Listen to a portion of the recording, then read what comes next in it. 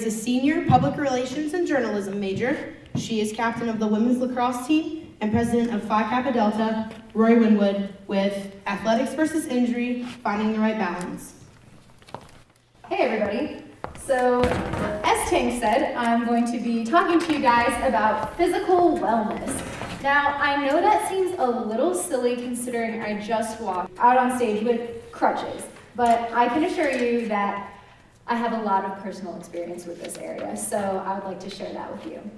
So, when you think of physical wellness, a lot of things can come to mind. You think nutrition, exercise, taking your vitamins and eating your vegetables. And I could sit up here and talk to you all about that, but I'm sure most of you know that. It's no secret that most of the student population at AB is part of an athletic team or is interested in physical health, whether you're on one of the Division II teams, whether you play intramurals, or if you just enjoy working out. So it's no secret that being fit is a big part of our culture here at AB. That comes along with a lot of downsides. If you're an athlete, you know that it's hard to get up at 6 a.m. and go to practice and go to lift if you have 2 days. You're familiar with being sore and being tired, but what is one of the biggest fears most athletes have? That's being injured. Now, if you take a look at the slide behind me, there's a lot of statistics up there about injuries. There are 12,500 injuries reported with collegiate athletes every year. That's a big number. And among football players, there are 34% that receive concussions and 30% that also receive a second concussion. On top of that, there are 150,000 ACL injuries every year, with women experiencing 5 times more than that. And if you take a look at these statistics and just let that sink in, these are only a few types of injuries that athletes can receive.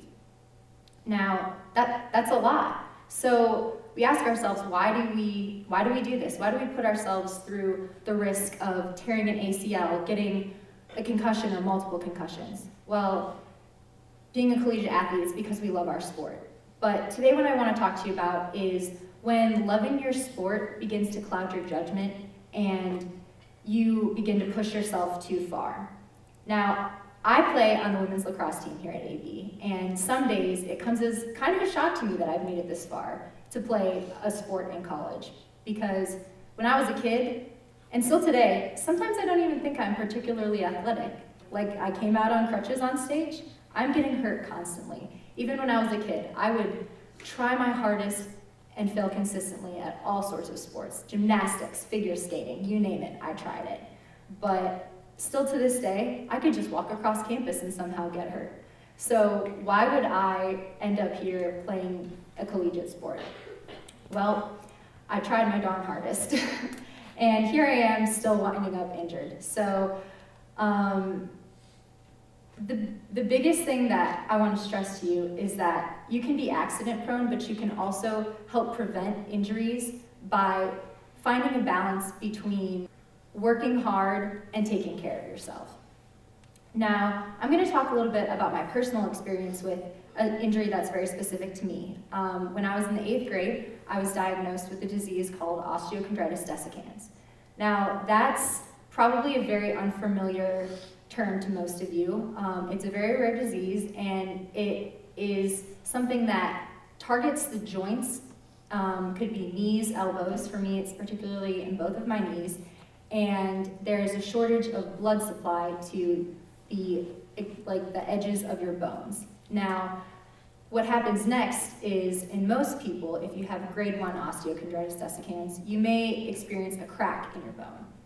The next level would be a bigger crack until you eventually progress to complete pieces of your knee or elbow or any joint falling off. Now, unfortunately for me, I am in the severe range of this condition. So I have had 6 knee surgeries. This is what a Aurora knee looks like. The white portions there are where a normal person's cartilage would be, and all of the red you see is the cartilage and pieces of my knee that I'm missing. So this is an image from one of, I believe, my 3rd surgery, and that is following several other minor operations as well. This is what a knee looks like in the recovery process. And while it looks very swollen, that's actually a great example of a successful surgery. Moving on, this is following the stages of recovery. You'll see the swelling has decreased and scar is becoming more refined until we eventually get to take off the bandages and end up with a healthy or mostly healthy knee. Whether your injury is genetic or it's sports-induced, the most important thing you can do is try and find a balance as far as keeping yourself healthy.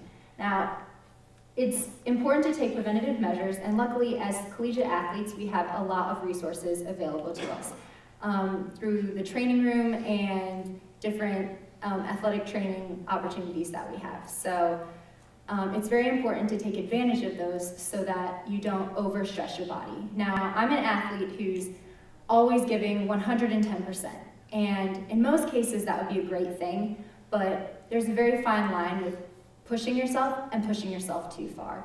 So the most important thing that I can stress is to listen to your body so that you can keep the right balance between being healthy and hurting yourself.